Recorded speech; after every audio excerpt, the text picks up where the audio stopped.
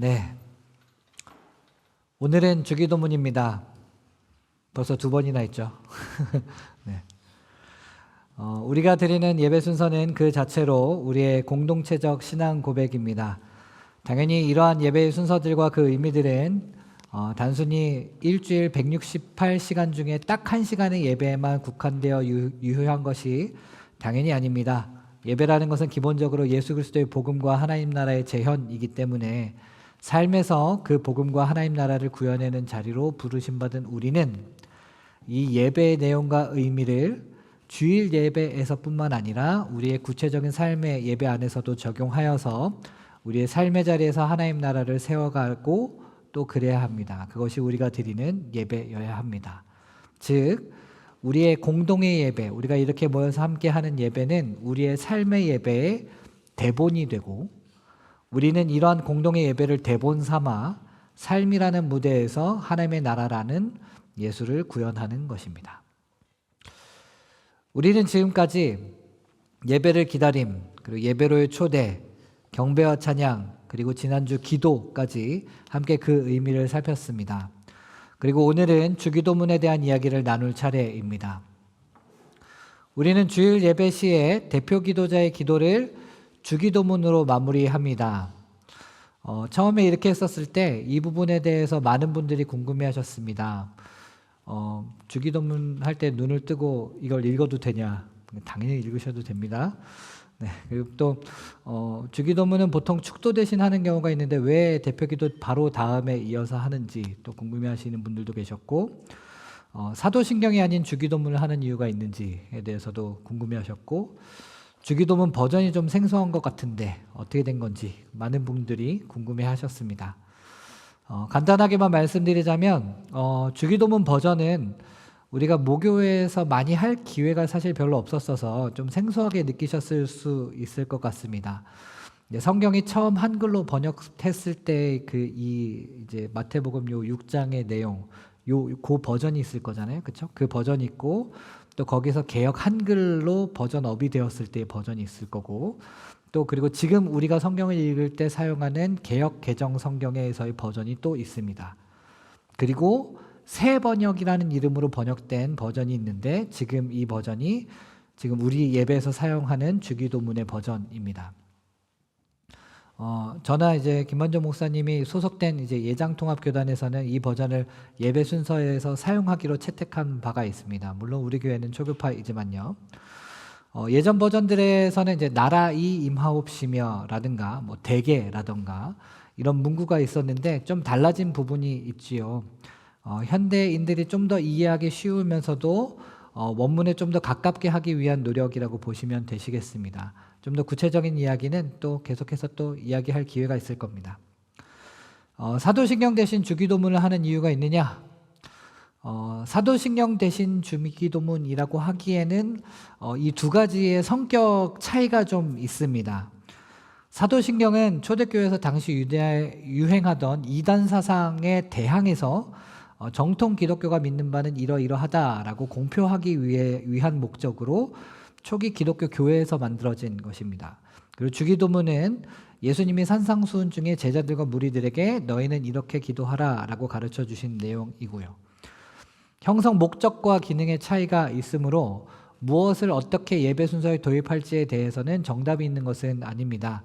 다만 우리의 예배에서는 우리의 대표 기도자가 성심을 다해 공동체를 대표하여서 하나님께 기도하는데 그 기도를 예수님의 가르침에 따른 주기도문으로 보완하고 온전하게 한다. 그리고 우리가 예수 그리스도의 이름으로 기도한다라고 하는 것과 같은 맥락에서 그분의 가르침에 따라서 우리의 기도를 마무리하면서 기도한다라는 의미입니다. 물론 우리 예배에서 주기도문을 하는 이유가 단순히 이런 이유 때문만은 아닙니다. 주기도문이라는 것이 뭐 중요한 권위를 갖는다라고 하는 이 외적 요인 때문만은 아닙니다. 주기도문의 내적 요인, 즉 그 내용 자체가 우리의 예배와 삶에 너무나도 중요한 의미를 던져주기 때문에 우리는 이것을 예배 때 같이 했으면 좋겠다, 같이 고백했으면 좋겠다 하는 것입니다. 오늘 본문은 그러므로 너희는 이렇게 기도하라 라는 말로 시작이 되지만 누가복음에서 주기도문이 나오는 장면에서는 예수님이 한 곳에서 기도를 하신 이후에 그 기도를 마치셨더니 예수님의 기도를 목격한 제자 하나가 예수님에게 나아옵니다. 그리고 주여 우리에게도 기도를 가르쳐 주옵소서라고 요청을 합니다. 아니 제자들도 다들 유대인들이니까요. 나름의 기도하는 방법도 알았을 거고 각각 자기네들이 기도하던 방식도 있었을 겁니다. 그런데 이 사람들이 예수님에게 기도를 가르쳐달라고 요청했단 말입니다. 그렇다면 제자들은 예수님의 기도를 들으면서 이 예수님의 기도에서 무언가 자기네들의 기도와는 다른 점을 보았기 때문에 아마 그랬을 겁니다. 그리고 그것은 단순히 말과 표현의 화려함 따위가 아니었을 겁니다. 아마 그것은 주기도문 내내 그 자간과 행간에서 숨겨짐 없이 보여지는 예수님과 하나님 사이에서의 관계였을 겁니다. 이번 주간에 오늘 설교를 준비하면서 여러분들과 함께 이 주기도문에 대해서 나눌 생각으로 신이 좀 나 있었습니다. 그런데 이제 말씀을 준비하면 준비할수록 이게 한 주 만에 안 되겠구나라는 생각이 많이 들었습니다. 어떻게 해야 되지? 여기서 어떻게 우리가 저기를 해야 되지? 라고 이제 고민이 많이 되었었는데 깔끔하게 포기했습니다. 그냥 몇 주간 우리 주기도문을 할 겁니다. 그 주기도문에 대해서 몇 주간 우리 몇 주에 걸쳐서 함께 나눠보기로 하고 오늘은 주기도문의 가장 첫 네 어절 하늘에 계신 우리 아버지, 또 이제 우리 마태복음에 보면 하늘에 계신 우리 아버지여라고 되어 있죠. 여기에 집중해 보려고 합니다. 이렇게 마음 먹었더니 제 마음이 얼마나 편한지 모르겠어요. 네, 여러분들과 함께 이렇게 주기도문을 이렇게 차근차근 읽고 이제 묵상할 수 있어서 참 다행이고 감사하다는 생각이 듭니다. 다른 대부분의 기도가 그러하듯이 주기도문도 기도의 첫 시작을 기도의 상대가 되시는 하나님을 부르면서 시작합니다. 보통 이제 그 하나님이 어떤 분이신지 꾸며주는 수식어들이 이제 종종 붙기도 하잖아요. 여러분 잘 아시죠? 예를 들면 뭐 사랑과 은혜가 풍성하신 하나님이랄지, 뭐 찬양받기에 합당하신 하나님이랄지, 뭐 자비로우신 하나님이랄지, 뭐 아니면 그냥 아무것도 붙이지 않고 하나님이라고 하지요. 또 그분에게는 아무런 뭐 꾸밈도 수식어도 필요 없다는 의미에서 다른 것 없이 그렇게 하나님을 부르면서 기도를 시작하기도 합니다. 저는 아마 중학생 때였던 것 같은데 수련회 때 은혜를 받고 하나님을 인격적으로 만나고 나서는 나도 이제 기도를 좀 잘 해봐야겠다 하겠는데, 그런데 어떤 수식어로 하나님을 부르면서 시작할지에 대한 고민을 참 많이 했었던 것 같습니다. 저만 그런 거 아니죠? 여러분들 다 그런 적이 있으시지 않으신가요? 그때 저는 이제 찬양팀에 있었어서 뭔가 이게 찬양이라는 단어를 꼭 넣고 싶었는데 딱히 이게 마땅하고 이제 입에 잘 붙는 표현을 찾지 못해서 며칠간 끙끙댔던 기억이 있습니다. 예수님께서 가르쳐 주신 주기도문은 무엇으로 시작하냐면 하늘에 계신 우리 아버지라는 표현으로 기도의 상대가 되시는 하나님을 부르면서 시작합니다. 근데 왜 굳이 하나님이라고 안 하고 아버지라고 불렀던 걸까요? 그리고 왜 굳이 나의 아버지가 아니라 우리 아버지였을까요? 그리고 왜 굳이 하나님을 하늘에 계신이라고 표현했을까요? 이러한 표현 하나하나에 예수님의 의도가 들어가 있다라고 생각해보면 제자들은 이러한 예수님의 기도와 또 자신들의 기도 사이의 결정적인 차이를 체감했을 겁니다. 바로 기도하는 사람과 기도를 받으시는 하나님 사이의 관계였을 겁니다. 예수님은 하나님과 자신의 관계를 아버지와 아들이라 부르셨습니다. 그런데 사실 예수님 당시에만 하더라도 하나님이라고 하는 이름은 감히 누추한 인간의 입에 담을 수 없는 거룩하고 존귀한 이름으로 이해되었습니다. 기본적으로 고대 근동에서 신과 인간의 관계는 그렇게 진한 연결고리를 전제로 하지 않습니다. 인간은 신에 대해서 어떤 권리도 주장할 수 없고 그저 열심히 신에게 빌고 빌어서 신의 비위를 맞추면 겨우 콩고물이 떨어질 뿐입니다.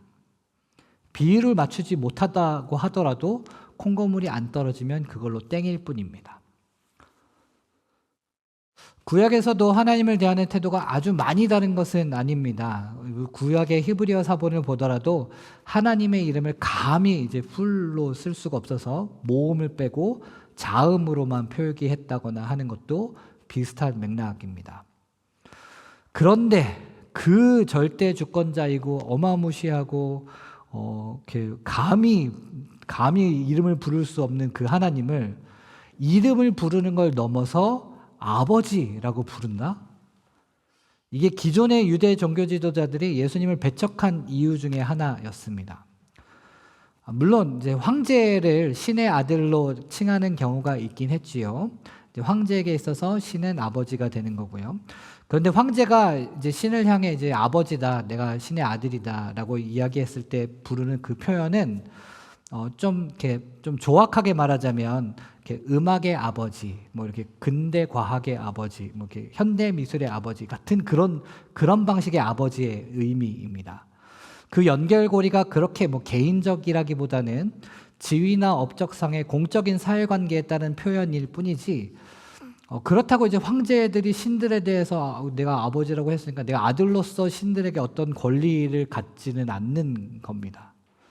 황제가 신의 아들로서 갖는 권리는 위를 향하여서 갖는 권리가 아니라 황제의 지배를 받는 사람들에게나 통하는 것이지 신들에게 자기의 권리를 주장하다가는 단번에 목숨이 위태로워질 수 있습니다. 그런데 예수님이 하나님을 부르는 이 아버지라고 하는 표현은 일종의 아빠와도 같은 우리가 너무나도 익숙하고 평범한 가정의 언어입니다. 가정의 언어요. 마치 어린아이가 우리 아버지와 우리 어머니는 나를 돌봐줄 것이다 라고 하는 이 돌봄에 대해서 확고하고 침착하게 신뢰하고 또 자식으로서 부모에게 돌봄과 보살핌에 대한 권리를 요청하는 아주 흔하고 평범한 가정 안에서의 호칭입니다. 음악의 아버지라고 생각해 보십시오. 음악의 아버지가 누구죠? 바하입니다. 네. 우리가 그 부분에 대해서 좀 약하군요. 우리가 네. 음악의 아버지라고 해서 바흐가 아버지니까 음악이 바흐한테 칭얼댄다? 우리 이런 걸 생각하지 않는 거잖아요. 그렇죠? 네. 우리가 그렇게 그 아버지의 그 음악의 아버지라고 이야기했었을 때는 음악이 바흐에게 칭얼댄다라는 걸 상상하기가 어렵습니다. 그런 방식의 의미가 아니기 때문에 그렇습니다. 그러나 가정에서의 아빠라고 하는 친밀한 호칭은 자식이 아빠라 부르며 칭얼댈 권리를 전제합니다. 물론 시대에 따라 다르겠지만 그럼에도 불구하고 자식이 갖는 권리들이 있는 겁니다. 물론 그 권리의 남발을 매일 경험하는 부모된 입장에서야 이게 참 피곤한 일이긴 하지만 그럼에도 불구하고 부모는 자식들의 이 권리 아닌 이 권리를 충족시켜주기 위해 자신들의 권리를 일정 부분 제한하고 또 포기하게 되기도 하는 겁니다. 하나님을 이러한 아빠라는 호칭으로 부른다면 그것은 하나님이 이 자식을 위해 당신의 권리를 일정 부분 제한하고 또 어떤 경우에는 포기까지 한다는 존재라는 뜻이 됩니다. 그러한 점에서 하나님을 아빠라고 표현하는 것이 신성모독과 연루되는 것입니다. 당시 사람들에게 있어서 신이라고 하는 것은 어떤 것에도 제한되어서는 안 되고 어떤 것에도 구속되지 않는 절대자로서의 존재였습니다. 그런데 그렇게 믿어졌던 하나님이 자신보다 열등한 존재 때문에 제한되고 구속된다? 이것은 하나님의 전능함에 문제가 있는 것 아닌가라고 여겨지게 되는 것입니다. 그런데 그 문제 있는 호칭을 예수님은 복음서 여러 곳에서 아주 자유롭게 거리낌 없이 사용하고 계십니다. 마치 어느 것에도 얽매이지 않는 절대 자유자이신 하나님이 이 아들에게 얽매이실 것처럼 그 아들 때문에 당신의 전능과 자유를 제한하실 것처럼 너무나도 자신감 있게 그 말을 사용합니다. 그리고 이제 보니 그런 문제 있는 호칭을 예수님이 자기 혼자만 사용하시는 게 아니었어요. 오늘 본문을 보니까 여기저기에 이 호칭을 자꾸 유통시키는 거 아닙니까? 오늘 본문에서 예수님은 산상수훈의 자리에 모인 제자들과 무리들에게 이 문제 있는 호칭을 물려주고 계십니다. 야, 너희들도 하나님을 부를 때 아빠라고 불러라 라고 말입니다. 마치 자신에게 허락된 이 하나님의 아들됨의 권리가 제자들의 무리에게도 전달해 줄 수 있는 것인 양, 그리고 그렇게 허락되었다는 듯이 말입니다. 그래서 그 권리를 믿고 하나님께 칭얼대면 마치 하나님이 그들에게 얽매이실 것이고, 절대 자유자가 자신의 자유를 제한하실 것이고, 절대 능력자가 자신의 전능을 제한하실 것이고, 모든 시간을 소유하신 분이 지금 그 시간을 그들을 위해 사용하실 것이라는 것처럼 너희도 기도할 때 나와 같은 호칭을 써라. 그리고 그러한 점에서 그분을 나의 하나님이 아니라 우리 아버지라고 불러라 라고 하는 것입니다. 내가 가진 아빠와의 관계, 아빠와 아들로서의 관계를 너희들에게도 줄게 하는 것입니다. 하나님을 우리 아버지, 우리 아빠라고 부른다는 것은 하나님은 모든 사람들에게 차별이 없는 동일하신 하나님이라는 뜻입니다. 앞뒤 재지 않고 하나님을 우리 아빠라고 부르는 이들에게 기꺼이 아빠가 되어주신다는 뜻입니다. 이렇게 예수님이 가르쳐 주시는 기도를 통해 하나님과 아빠 자식 관계가 형성되지 않은 이들에게는 이 하나님과 아빠 자식 관계가 형성이 되게 되는 것이고, 또 그분을 아버지라고 부르는 것이 곧 나만의 특권이 아니라는 점에서 하나님을 아버지라 부르는 모든 이들과의 형제요 자매로서의 관계가 형성되게 되는 것입니다. 이렇게 하나님을 아버지로 부른다는 것, 그리고 또 우리라고 하는 형제자매 관계가 형성된다는 것은 되게 따뜻하고 포근하고 훈훈하게 보이는 것 같습니다. 그래서 우리는 주기도문을 대단히 따뜻하고 은혜로운 기도로 인식하는 경우가 많이 있습니다. 일면 그렇습니다. 그러나 사실 그렇지 않습니다. 주기도문에 담겨있는 현실은 아름다운 정령이 아니라 처절한 투쟁의 현실입니다. 우리 주간 묵상과 또 주안의 금요일을 통해서 우리는 산상수훈의 상황을 살펴본 적이 있습니다. 지금 여기에서 예수님에게 기도를 받고 이제 예수님에게 기도에 대해서 가르침을 받고 또 예수님의 말씀을 듣는 자들은 어떤 사람들이었냐? 마태복음 4장에 보니까 모든 앓는 자, 곧 각종 병에 걸려서 고통당하는 자, 귀신 들린 자, 간질하는 자, 중풍병자, 그리고 이들을 데리고 온 사람들이었습니다. 산상수훈의 맨 처음에 팔복이 나오는데요. 팔복이 선언되기 전까지는 세상에서 복을 받았다라고 복을 받아본 적이 없는 가난한 자, 애통하는 자, 박해받는 자들이 예수님의 눈앞에 모여 있었던 것이었습니다.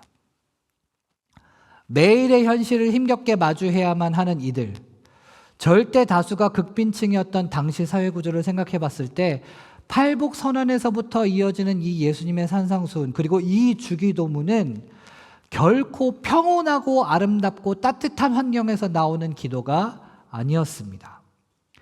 힘들고 어렵고 복잡하고 막막한 삶을 마주한 이들에게 얘들아, 너희가 기도할 때 이렇게 기도해라. 하나님을 아버지라 불러라. 칭얼대도 괜찮다. 절대 자유자이신 하나님이 당신의 자유함으로 너희에게 속박되셔서 너희의 기도를 들으실 것이다 라고 하는 것입니다. 바로 여기에서 하늘에 계신이라는 표현의 의미를 한번 생각해 보면 좋겠습니다. 하늘에 계신, 하나님이 진짜로 하늘에 있다는 뜻인가?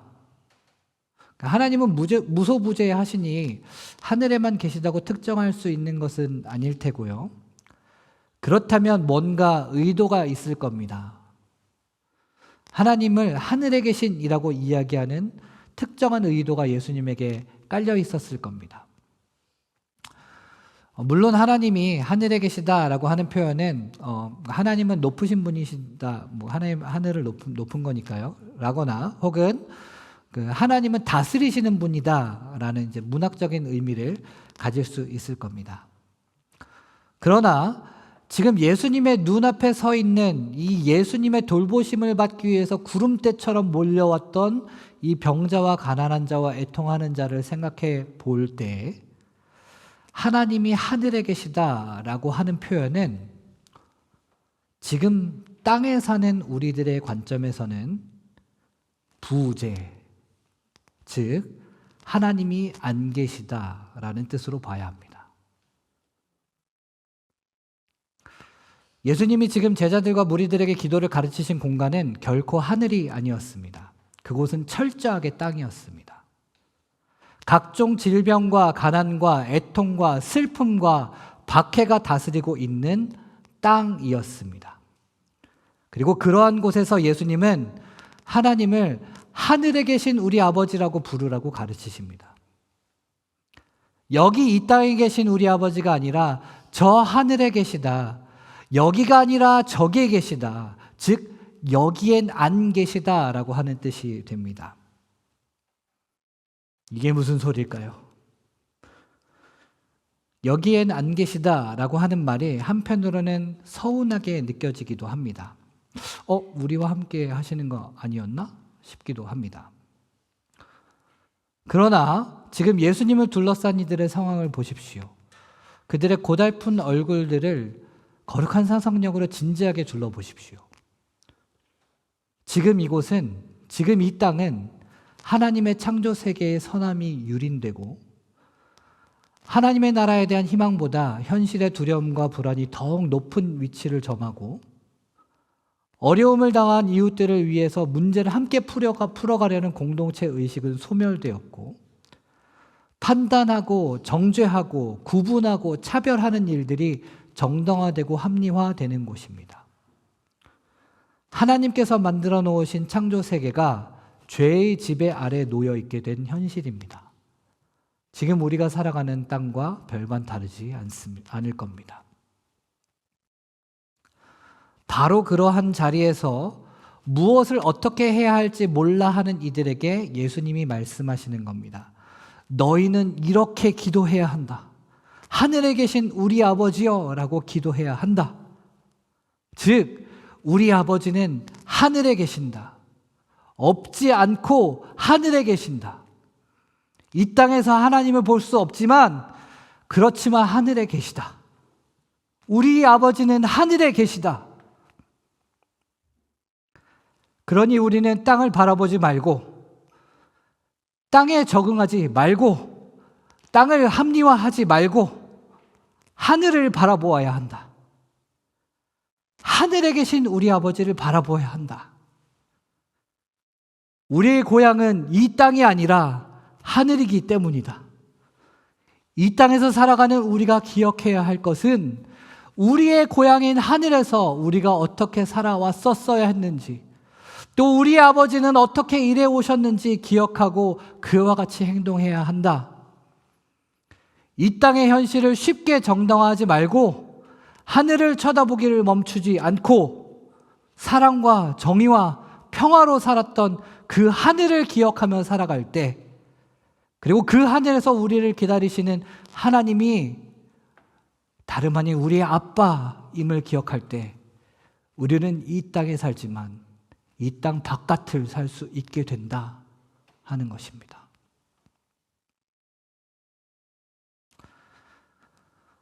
사랑하는 주안의 우리 교회 성도 여러분, 오늘 본문에서 예수님은 제자들과 무리들에게 기도를 가르쳐 주십니다.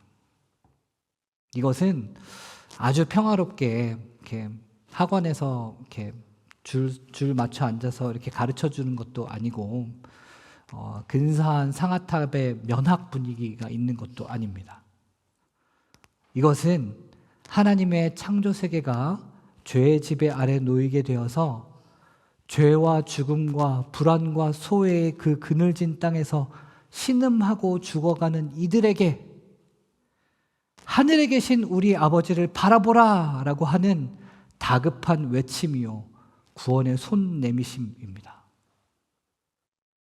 너희에게는 땅만 있지 않고 하늘이 있다. 너희에게는 달면 삼키고 쓰면 뱉는 인간 소의 메커니즘으로 돌아가는 땅만 있지 않고 하나님을 감히 아빠라 부르는 일에 담대하게 서로를 초대하는 하늘이 있다. 그 관계를 서로에게 선물하는 하늘이 있다. 삶의 막막함과 또한 답답함 가운데 우리가 바라볼 수 있는 하늘이 있다. 바로 기도를 통해 우리는 하늘을 기억하게 되고 우리의 눈을 들어서 하늘을 바라보게 되고 또한 우리의 실천을 통해서 하늘을 살아가게 된다.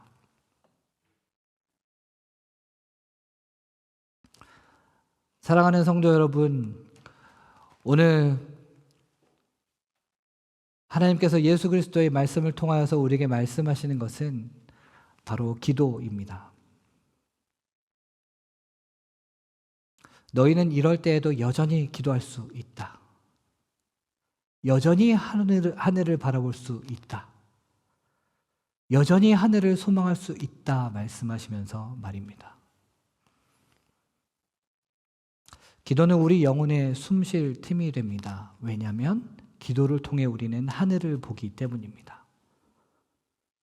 삶의 여러 어려움 속에서 우리는 우리의 몸과 마음을 쉬게 하는 방법에 대해서는 너무나 잘 알고 있고 잘 하고 있습니다. 그러나 우리의 영혼은 하나님이 부재하시는 이 땅에만 갇힌 채 숨쉬지 못하고 있지는 않은지 우리 자신을 잘 돌아보셔야 합니다. 하늘에 계신 우리 아버지, 이 고백에 담긴 깊은 의미가 저와 여러분들에게 깊이 새겨지고 경험되는 그런 은혜가 있으시기를 진심으로 축복합니다.